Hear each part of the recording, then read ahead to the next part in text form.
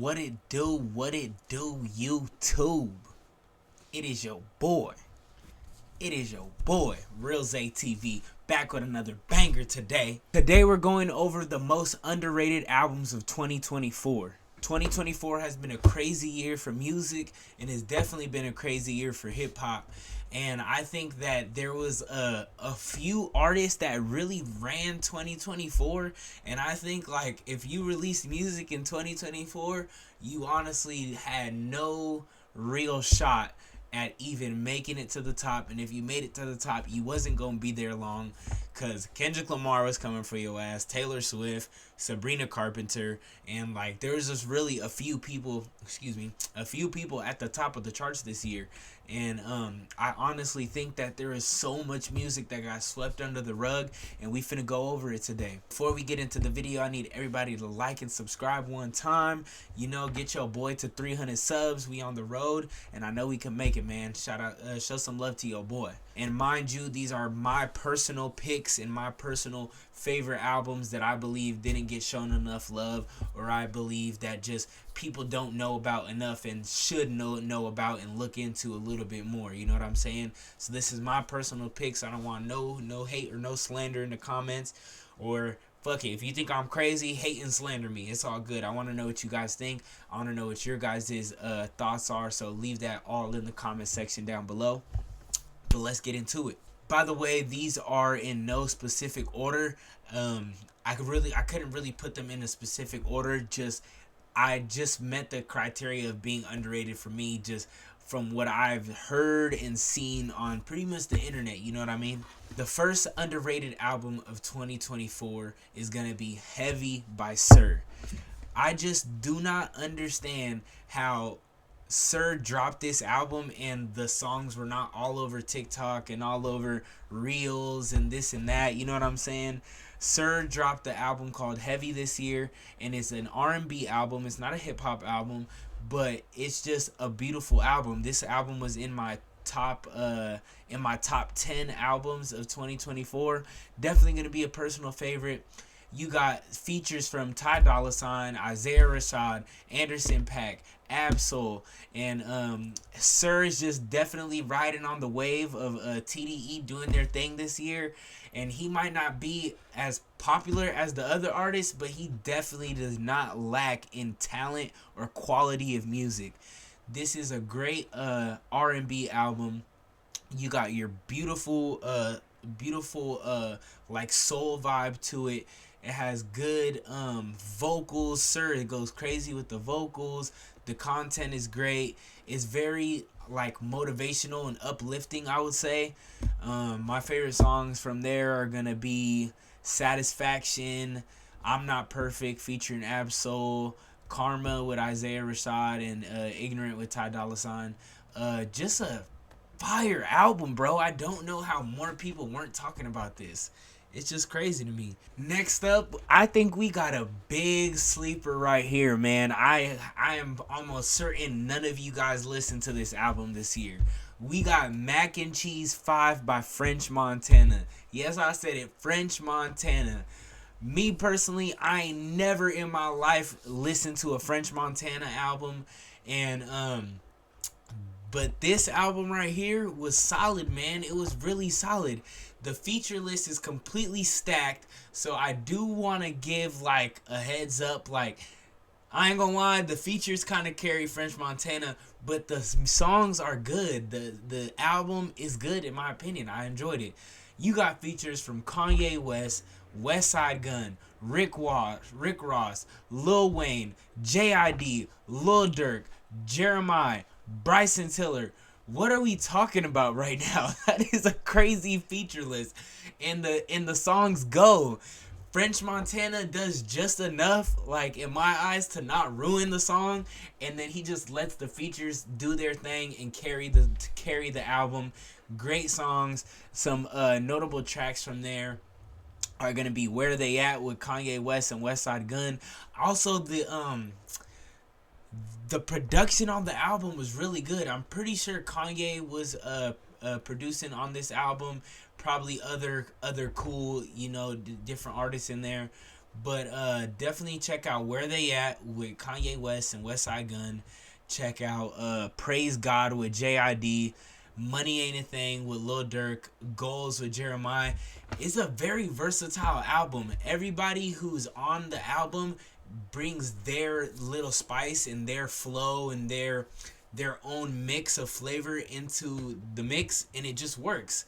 If anything, French Montana's featuring on these people's album, but shout out Mac and Cheese 5 by French Montana. Definitely a sleeper that I wasn't expecting in 2024. Next up, we got Don't Forget to Breathe by Buddy. Buddy drops, I believe, his third studio album, and third or fourth, and this is just like classic Buddy. Very, very digestible, easy to listen to slaps that you could play while riding. It kind of just sounds like you riding through LA. You know, Buddy's from Compton, and he just makes good melodic music, catchy music, and it's just easy to listen to. And he's just so talented. He can rap, he can sing, he does it all. My favorite songs from this one are gonna be Buddy a Fool and Like This. You got features from Smino on here. You got Huey Briss, Kent Jams, and BJ the Chicago Kid. Not too many features, but Buddy definitely does his thing. It's just like the best way for me to produce it is just like easy to listen to. It just sounds good. You know what I'm saying? It's a good vibe music that definitely for the summertime. I believe, yeah, he released it in March, so it was perfect timing for the summertime. I was pretty much banging this all summer, and I really fuck with this album. I'm surprised that more people didn't talk about it. I'm surprised that more people weren't playing it. It's worth noting though that Buddy is independent now. His last album, Super Ghetto, not exactly sure what label he was under. This was, I think he was signed to Sony, and so now he's independent, and I think he has like a distribution partnership with Empire. So this is him doing his own thing. The quality has not dropped off just because he doesn't have the machine behind him, and is glad to see that. And I fuck with the music. So shout out Buddy. That's gonna be my third most slept on album of 2024. Next up, I got Gunna One of One, man, and this is probably arguable of how slept on it is, because I feel like people was really listening to it when it first came out, but I don't know, it kind of felt like it just fell off. And so Gunna drops another album after being released from jail. This is his second album after he got released from jail.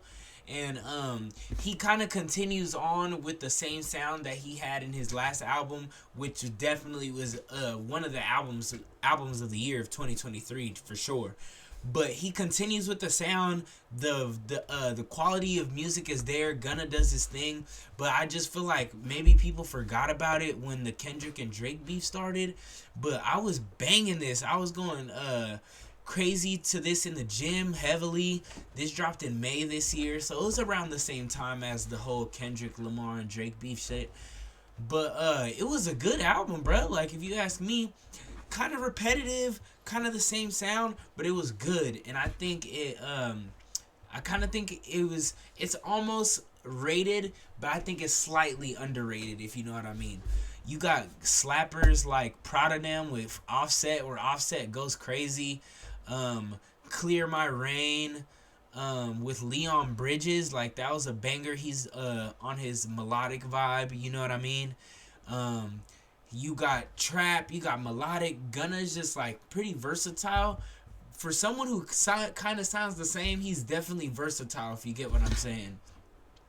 But he definitely is a introspective album. He talks about, you know, the case and Thug and feeling betrayed and going on a new path, getting healthy, hitting the gym, you know, just growth. And I like it. I'm here for it. So shout out Gunna One of One as an album that was underrated in 2024. Next up, that also dropped in May of 2024, we got Rich Ass Haitian by Mac Homie. Now, this might be arguably underrated, because I feel like this album touched the audience it was supposed to touch. Because Mac Homie definitely has somewhat of a cult fan base. He's definitely more of an underground rapper, and it's kind of like if you know about him, you know. But I feel like more people should know. You get what I'm saying? So it's more like a, like I know his fans, they listen to this album, they was fucking with it, but I think other people could fuck with it too. And I'm kind of one of the new listeners. That didn't get put onto him till this year, and this album dropped in May, Rich Ass Haitian, and it's just a banger. I put this on my top 10 albums of 2024, and I think real hip hop heads probably also have this on their top albums of 2024, but I think the general public could listen to Mac Homie a little bit more. You feel me? You got features from Rock Marciano, The God Fahim, O3 Greedo, K Tronada, like good features, and these are good songs. I definitely need to give the production like a round of applause because the production in this album was just top tier in my opinion.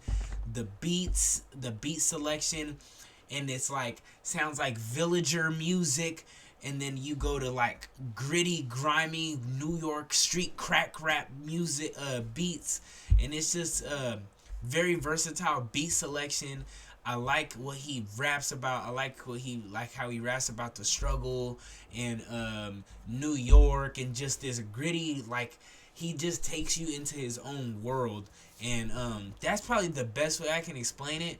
But I just feel like more people need to be listening to Mac Homie right now. So up next, I got Solace by Marco Plus. Marco Plus, man, I think is criminally underrated. This man's energy that he brings to his raps and his pen is just like almost vicious, if you know what I'm saying. Like his aggressiveness, it reminds me of like Dreadhead Meek Mill, and I talked about this album in my top 10 of 2024 as well. But I just gotta talk about it again. I just don't understand how more people are not listening to him. If you like JID, if you like Kenny Mason, if you like just motherfuckers that could really rap, like maybe Corday a little bit, then you gonna fuck with Marco Plus. He's definitely like he's like a stoner rapper, but that's not sleepy. He's a stoner rapper that don't sound sleepy because he be spitting, man. And I fuck with his, like, he has like a backpack rap style, kind of like he got something to prove, like he's hungry, and I fuck with it. He raps about smoking, he raps about fucking bitches, he raps about having a daughter, he raps about feeling isolated, and it's just, I really enjoy this album, and I just enjoy hearing him rap. He raps on this album. If you trying to hear a nigga rap, listen to Solace by Marco Plus. He's from Atlanta. I haven't seen many people talk about him. It's definitely a more of a if you know you know kind of thing. I know rappers like him. He's like a rapper's rapper, if you get what I'm saying. But man, I just think more people need to be on to Marco Plus, man. Like, where y'all at? Y'all sleeping on this man. Some good songs from this album is gonna be Vintage Bathing Ape. That shit was hard.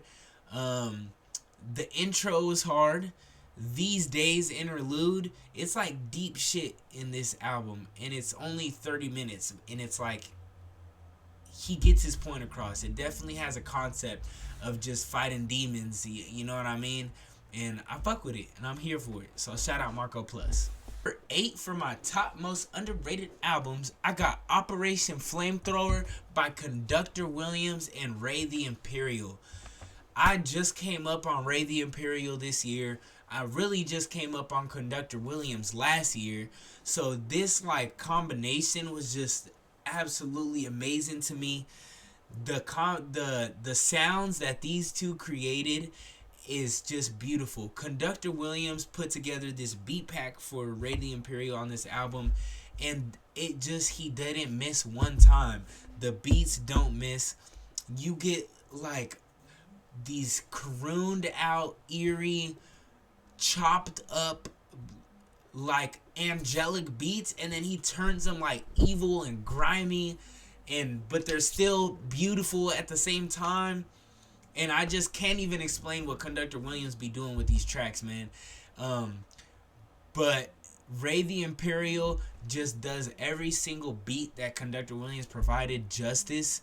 And Ray the Imperial, he's an artist from New Orleans, and he has like a almost Lil Wayne type voice, and just his like his swag, the way he raps, and like I wish I could explain better, but Ray the Imperial just does every beat justice. It's like the perfect fit for each one. And you get these great beats by Conductor Williams that sound like you might be going to heaven, and then it kind of sounds like you might be going to hell next.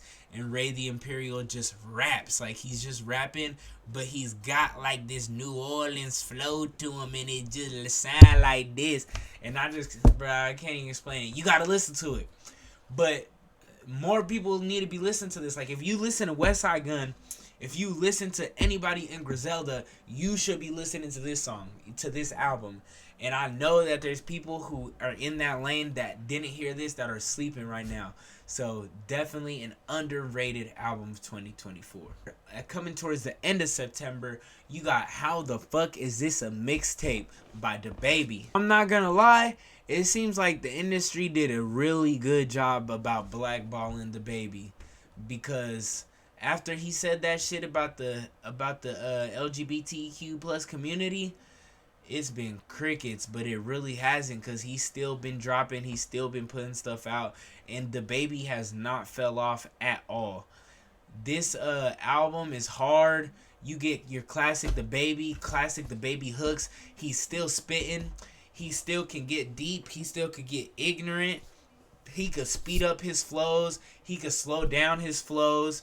DaBaby is still DaBaby, and I feel bad that like he could drop a project this good and nobody talks about it. No, it seems like nobody even know. I bet you people don't even know that DaBaby dropped an album this year. But How the Fuck Is This a Mixtape by DaBaby is hard. You got You the Type, which was hard.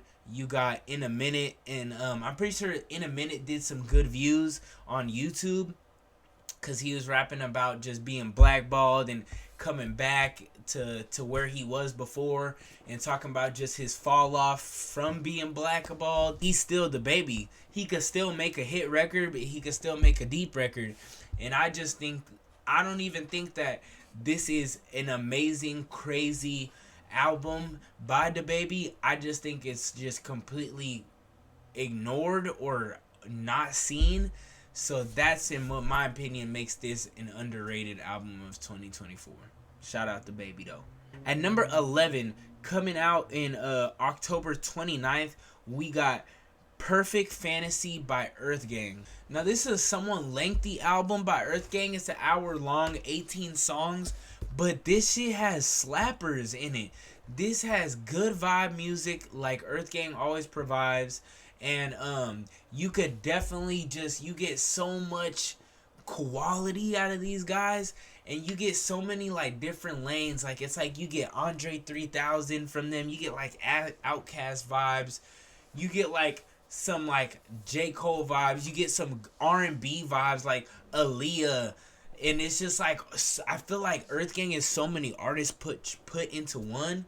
And it's just, Earth Gang is just cold, man. Earth Gang is just cold. They're like black rock stars. You get what I'm saying? Black R&B rock stars. They can rap their ass off. They can sing amazingly. They can make rock music, trap music, any type of music. Like, they're just so versatile and adventurous, and they just take the music so many different directions that's so entertaining. And this album, Perfect Fantasy, is a banger. They got there's features from Pharrell, T-Pain, Tommy Newport, Snoop Dogg, Cochise. Like, what are we talking about? They got good features on here. And I think everybody needs to listen to this album. Definitely vibes in there. Just shit that you could just have a good time to, man. Like, almost barbecue music. You get what? Like, it's like modern day cookout music. Almost modern day cookout music. But then they also got like techno music and futuristic sounding music and shit when they talk about superheroes and fucking hoes and like all this shit, man. Just so versatile, so different, bro. So energetic. And I love Earth Gang for that. So Perfect Fantasy is definitely an underrated album of 2024. Next up, we got The Crossroads by Corday. This album was also in, I believe it was a runner-up in my top albums of 2024. And it dropped later in the year, so it dropped November 15th, so it's really only about a month old. But I think more people should be talking about it, period. Corday did his shit. Corday flexes his pen. I think every time Corday raps, he just proves why he is better than a lot of these rappers that are out here. He's more talented. He raps about better things, more real things. His flow is cold. He is himself. He doesn't try to put on an image. He raps about being himself. He raps about the struggle. It's just everything. Like, everything that I could ask for, like, Corday gives it to me. And I just think more people need to give him his credit for that. This is a great album. You got features from Lil Wayne, Anderson .Paak, Jordan Ward, Raven Lenae, Kanye West, Joey Badass. That's how you know, like, he got respect from the rappers. He's a rapper's rapper. And maybe more people haven't listened to it just because it's new. Maybe people kind of just, I think maybe people put Corday in a box because of his conscious rap and his rap content.